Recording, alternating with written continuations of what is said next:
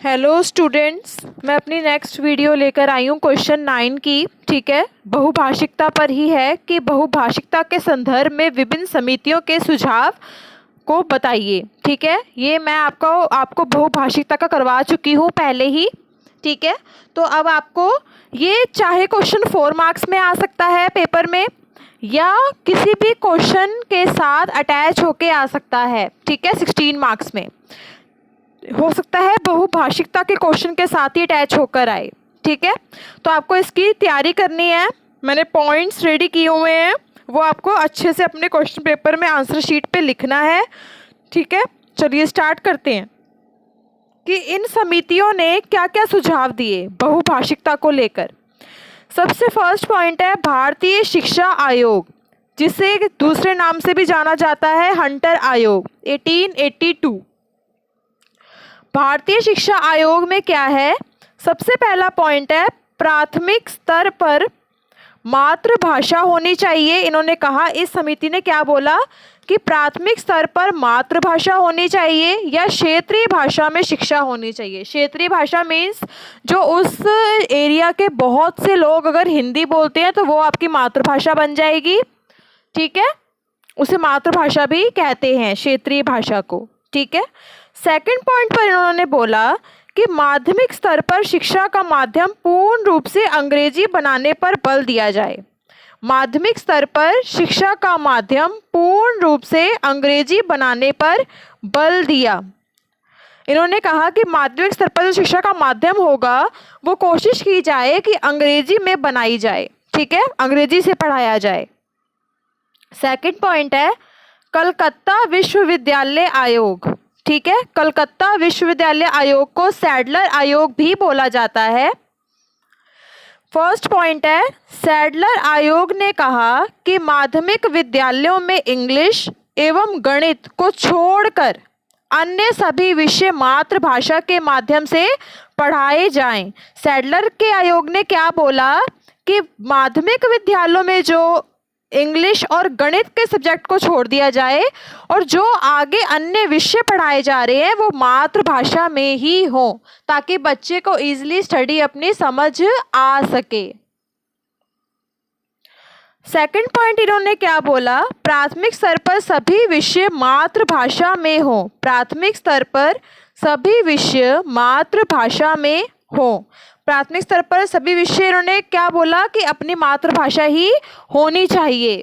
आगे third point पढ़ते हैं विश्वविद्यालय शिक्षा आयोग, जिसे दूसरे नाम से भी जाना जाता है राधा कृष्णन आयोग, 1948-49। ठीक है, राधा कृष्णन आयोग, विश्वविद्यालय शिक्षा आयोग। इन्होंने क्या बोला कि प्राथमिक स्तर पर मातृभाषा ही रहे ताकि बच्चे को अच्छे से समझ आ सके अपनी स्टडी। उच्च स्तर पर क्या किया जाए, क्षेत्रीय भाषा या मातृभाषा ही हो और संघीय भाषा तथा अंग्रेजी भाषा को शिक्षा का माध्यम बनाने का बल दिया। तो उन्होंने कहा कि अंग्रेजी माध्यम को भी चुना जाए, अंग्रेजी माध्यम से भी पढ़ाया जाए। ठीक है, मातृभाषा तो हो ही हो, अंग्रेजी भाषा पर भी उन्होंने बल दिया। चलिए नेक्स्ट पेज पे चलते हैं। और क्या बोला इन्होंने, विज्ञान एवं तकनीकी विषयों की शिक्षा अंग्रेजी भाषा में हो। अंग्रेजी भाषा में ही बच्चे को अच्छे से सिखाया जाए ताकि वो आगे तरक्की कर सके। सिर्फ हिंदी पर ही ना रहे, अंग्रेजी भी उनको आनी चाहिए ताकि वो अपना जब प्रोफेशन स्टार्ट करें, अपना धंधा स्टार्ट करें, अपना काम, अपना बिजनेस स्टार्ट करें तो ईजिली वो दूसरों लोगों से वार्तालाप भी कर सकेंगे। तो इसलिए उन्होंने कहा कि अंग्रेजी भाषा भी आनी चाहिए। फोर्थ पॉइंट है माध्यमिक शिक्षा आयोग, जिसे दूसरे नाम से भी जाना जाता है, क्या बोला जाता है, मुद्दालियर आयोग, 1952-53। ठीक है, माध्यमिक शिक्षा आयोग जिसे बोला जाता है मुद्दालियर आयोग, 1952-53। ठीक है, इन्होंने क्या कहा, डॉक्टर लक्ष्मण स्वामी मुद्दालियर, ठीक है, की अध्यक्षता में इस आयोग का गठन किया गया था। ठीक है, इस आयोग ने द्विभाषा सूत्र पर बल दिया। क्या बोला? डॉक्टर लक्ष्मण स्वामी मुद्गलियार की अध्यक्षता में ही इस आयोग का गठन हुआ था और द्विभाषा सूत्र पर इन्होंने बल दिया। और भी इन्होंने कहा कि क्षेत्रीय भाषा होनी चाहिए या मातृभाषा, दोनों एक ही है, चाहे क्षेत्रीय भाषा बोल लो चाहे आप मातृभाषा बोल लो। दूसरा पॉइंट इन्होंने क्या कहा? निम्न में से एक भाषा होनी चाहिए। ठीक है, निम्न में से ये दो ऊपर दिए हैं उनमें से आप एक भाषा का इस्तेमाल कर सको। दूसरा उन्होंने बोला कि हिंदी, जिसकी मातृभाषा हिंदी ना हो तो हिंदी से पढ़ाया जाए, बेशक उसकी मातृभाषा हिंदी नहीं है। फोर्थ उन्होंने बोला अंग्रेजी, जिसकी मातृभाषा हिंदी हो, जिसे हिंदी ऑलरेडी शुरू से आती हो, उसे अंग्रेजी भी सिखाई जाए। उसके बाद आया राष्ट्रीय शिक्षा आयोग, जिसे दूसरे नाम से भी जाना जाता है कोठारी आयोग, 1964-66। ठीक है, कोठारी आयोग के नाम से भी इसे जाना जाता है, राष्ट्रीय शिक्षा आयोग। इन्होंने क्या कहा? प्रोफेसर DS कोठारी की अध्यक्षता में इस आयोग का गठन किया गया। कोठारी आयोग ने त्रिभाषा सूत्र दिया। कोठारी ने क्या दिया? त्रिभाषा सूत्र दिया। ठीक है, नेक्स्ट है ए पार्ट। इसमें हिंदी भाषी क्षेत्र के लिए इन्होंने क्या कंडीशंस रखी, क्या इन्होंने अपने सुझाव दिए? कि वहाँ हिंदी हो, वहाँ अंग्रेजी हो और कोई भी आधुनिक भाषा हो। ठीक है, नेक्स्ट पेज पे चलते हैं। आगे है जो हिंदी एवं अंग्रेजी से अलग हो, जैसे एग्जाम्पल आपको दे दिए सामने ही, संस्कृत या उर्दू, पंजाबी, कुछ भी। ठीक है, कुछ भी अलग तरीके से सिखाया जा सके। ठीक है, हिंदी और अंग्रेजी से अलग हो। आगे है बी पार्ट में, क्या बताना है आपको? गैर हिंदी भाषी क्षेत्र के लिए। गैर हिंदी भाषी क्षेत्र के लिए क्या है? मातृभाषा या वही क्षेत्रीय भाषा, हिंदी भाषा, अंग्रेजी भाषा, ये उन्होंने कहा कि ये सुझाव दिए।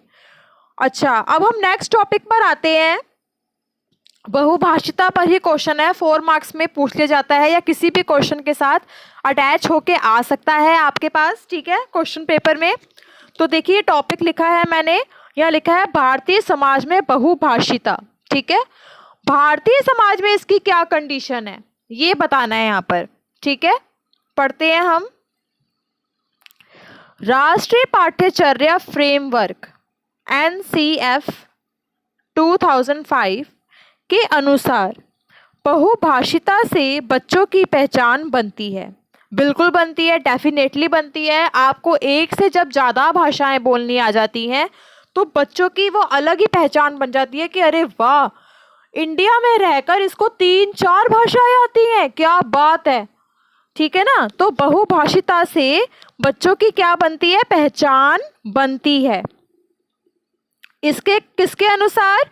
राष्ट्रीय पाठ्यचर्या फ्रेमवर्क 2005 के अनुसार। ठीक है, बहुभाषिता को कक्षा में संसाधन कक्षा नीति, तो ध्यान से सुनना मैं क्या कह रही हूँ, बहुभाषिता को कक्षा के अंदर संसाधन कक्षा नीति व उद्देश्य के रूप में प्रयोग करना चाहिए।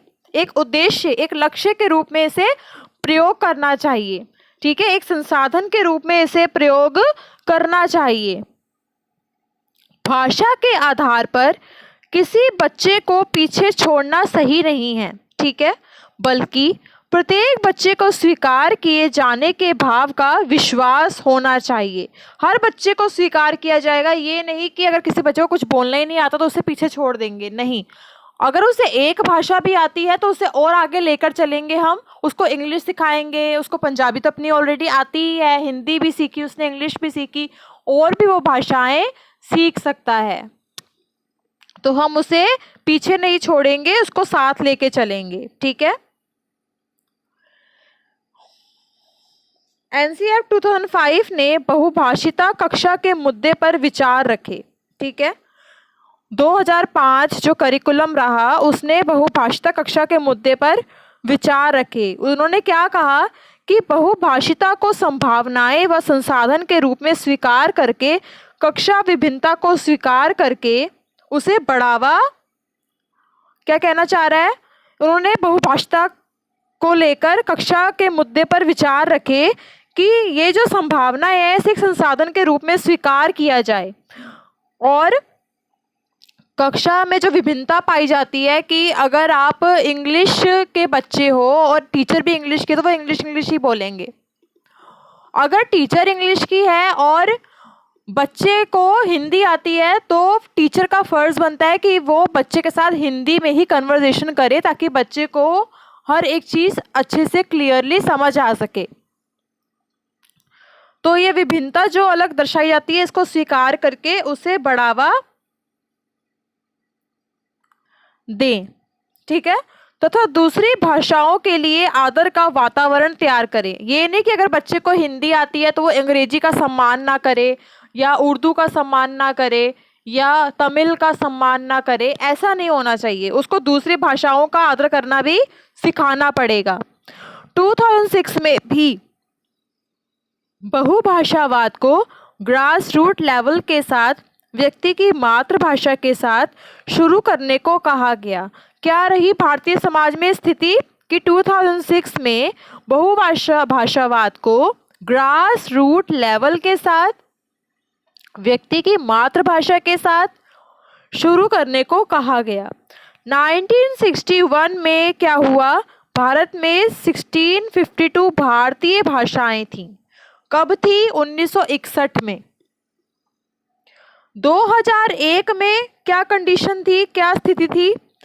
8वीं अनुसूची में 22 परिगणित भाषाएं हैं। अब 22 भाषाएं चल रही हैं, ठीक है, तथा 122 अपरिगणित भाषाएं हैं, ठीक है। ये सब भारतीय समाज में स्थिति थी इन भाषाओं को लेकर। ये आपको छोटा सा टॉपिक पूछ लिया जाता है, चाहे वो 4 मार्क्स में पूछा जाए, चाहे वो किसी भी क्वेश्चन के साथ अटैच करके आए। आपको बहुत अच्छे से इन टॉपिक्स को, छोटे टॉपिक्स को पढ़ना है, रीड आउट करना है, याद करना है, ताकि कल को आपके पेपर में ये क्वेश्चंस आए तो आपको आता हो और आप पहले से रेडी हो अपना आंसर लिखने के लिए, ठीक है। तो मैं जो भी करवा रही हूँ इसको बहुत अच्छे से करना है। Okay, all the best students, thanks for watching.